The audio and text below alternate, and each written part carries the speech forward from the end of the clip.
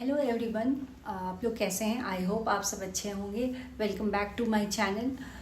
सो आज हम लोग बात करेंगे बीपीएससी टीआरई 4 के बारे में। जो आज आपने बहुत सारे न्यूज़ चैनल पे आपने देखा होगा यूट्यूब पे कि आज बीपीएससी टीआरई 4 को लेकर कुछ क्वेश्चंस किए गए हैं विधानसभा में, और उसका जो सीएम है उन्होंने ये जवाब भी दिया है कि जो टीआरई 4 है वो अगस्त में शायद इसके चांसेस हैं कि अगस्त में आएगा, क्योंकि ये बता रहे हैं कि जुलाई में जो है वो ट्रांसफ़र पोस्टिंग का काम चल रहा है, उसके बाद अगस्त में ये एग्ज़ाम होगा।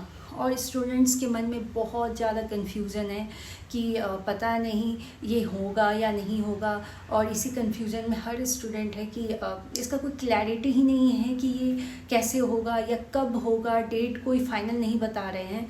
बट आई थिंक कुछ दिनों से ये भी न्यूज़ में आ रहा है कि जो ये प्री और मेंस दोनों होंगे। सो हम लोग को भी तैयारी रखना पड़ेगा प्री और मेंस को लेकर, क्योंकि मैक्सिमम चांस है कि प्री और मेंस होंगे।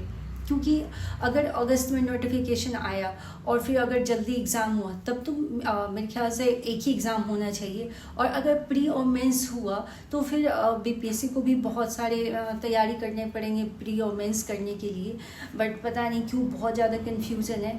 लेकिन हम लोग को क्या है, हम लोग को तो प्रिपेयर्ड रहना है, चाहे वो प्री और मेंस हो या एक एग्ज़ाम हो। क्योंकि आप अगर प्रिपरेशन अच्छा रहेगा तो आप कोई भी एग्ज़ाम, चाहे वो प्री और मेंस हो या फिर सिंगल डे एग्ज़ाम हो, तो आप क्वालिफाई कर सकते हो। क्योंकि हम लोग भी क्या है, बहुत सारे एग्ज़ाम को देख रहे हैं कि कौन सा एग्ज़ाम कैसा हो रहा है। जैसे कि अभी केवीएस और एनवीएस जो है वो प्री और मेंस दोनों एग्ज़ाम 2025 से स्टार्ट किया है उन्होंने। मेंस का एग्ज़ाम भी वो ले रहे हैं।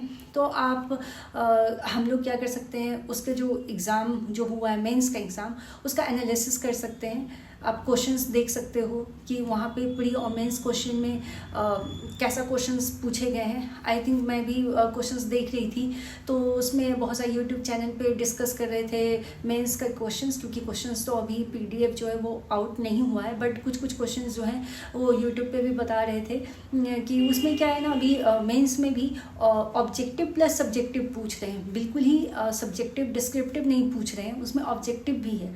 शायद इसलिए ऑब्जेक्टिव भी पूछ रहे हैं क्योंकि जो हिंदी और इंग्लिश का जो कन्फ्यूज़न होता है, हिंदी में कुछ और आंसर्स होते हैं, इंग्लिश में उसका मीनिंग कुछ और हो जाता है। इसकी वजह से शायद हिंदी और इंग्लिश की वजह से दोनों पूछ रहे हैं। मैक्सिमम ऑब्जेक्टिव पूछ रहे हैं और कुछ जो हैं वो सब्जेक्टिव पूछ रहे हैं।